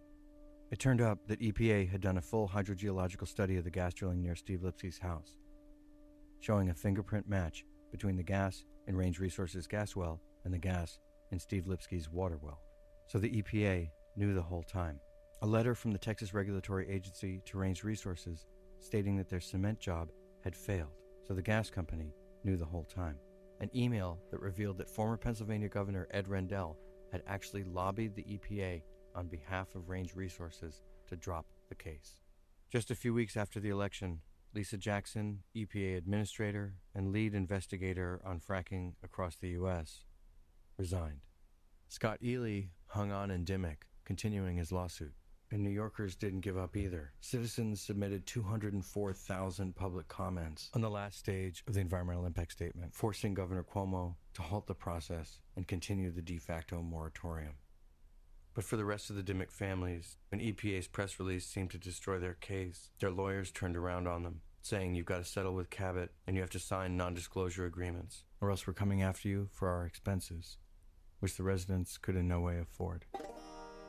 So in just a matter of a year and a half, the Dimmock case had exploded in the media, been reported worldwide, had set the stage for a precedent for water replacement throughout PA and throughout the world that could have cost the gas industry trillions of dollars to fulfill, to being shoved in the corner, denied the truth by the federal government, the gas industry, and the state, and told to take the money, shut up, and go away. The residents started preparing for silence. As a last question, if you're in a position where Cabot would do nothing except if you guys signed an agreement that said you couldn't speak anymore, what would you like your last statement to be? Well, knowing me as well as you do, and a lot of people know me, that it's like I almost never stop talking. My husband says, you wake up talking. And I do. You know, I'm a communicator. I've given this my all, Josh. Mm-hmm. I've given this 200%. So there isn't one final sentence, statement?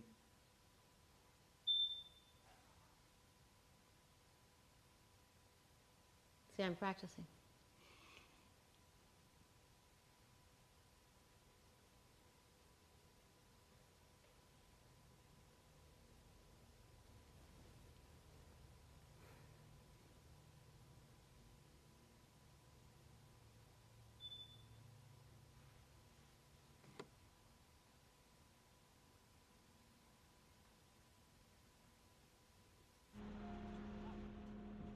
A few weeks after returning home from Wyoming, a disturbing hearing was announced in the House of Representatives.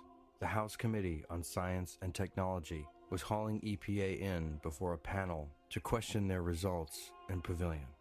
Clearly, it was another attack. If Congress was going to attack EPA in the last remaining investigation, someone needed to be there to tell the story. But Representative Andy Harris, Republican chair of the committee, was barring our cameras from the proceedings. I just have to stay calm. If I start getting nervous, I'm going to say the wrong thing. I just have to stay calm. There's a protocol in Congress that if you want to tape a hearing, you have to sign up and register. We followed the protocol, we signed up. We knew the rules. If someone was speaking in public, that meant they could be recorded. And the First Amendment states, Congress shall make no law impeding the freedom of the press. That meant, to me, that no matter which representative told me that I couldn't come in that day, the Constitution guaranteed my rights.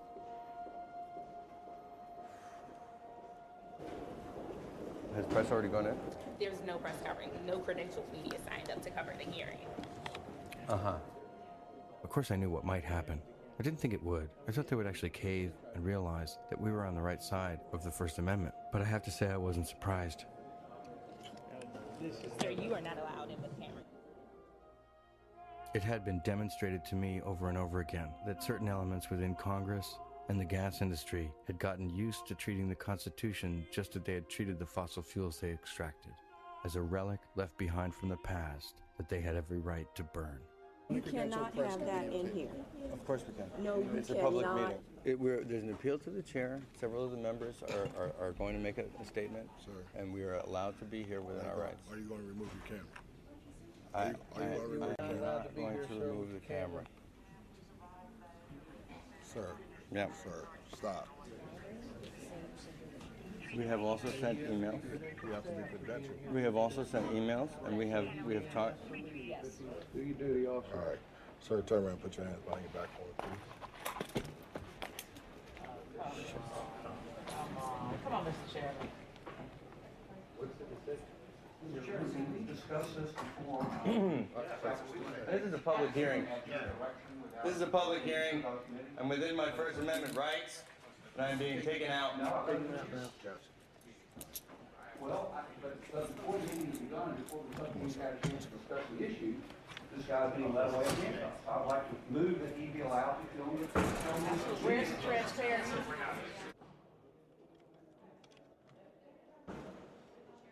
They led me out of the hearing room. I was told I was the first journalist to be arrested in Congress simply for doing journalism. But we really wanted to tape the hearing. We really wanted to hear what they had to say.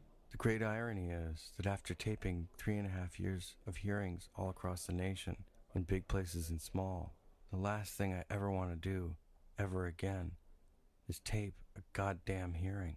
You gotta stand on your feet the whole time. Most of what's said is pretty boring.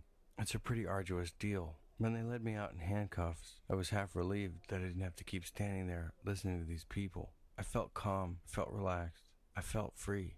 I didn't have to answer my phone, return a text message, make sure that the camera wasn't running out of batteries. I didn't have to listen to what these people were saying, attacking my friends in Pavilion, Wyoming, attacking the EPA once more. I had done everything I needed to do at that moment. There wasn't any more. After 3.5 years of recording, documenting, writing notes, traveling all over the world, this was the most that I could do.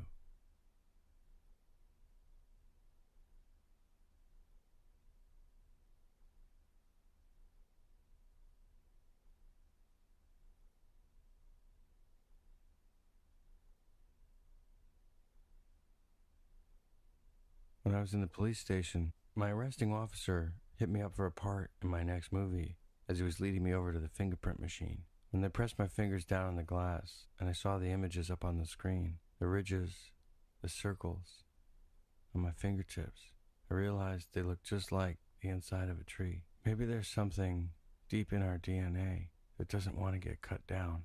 Maybe there's something linked. At least that's what I feel. A tree doesn't move until you cut it down, and I'm certainly not moving. We can't all just move. Certainly not when there's another way out. I felt like I could see it.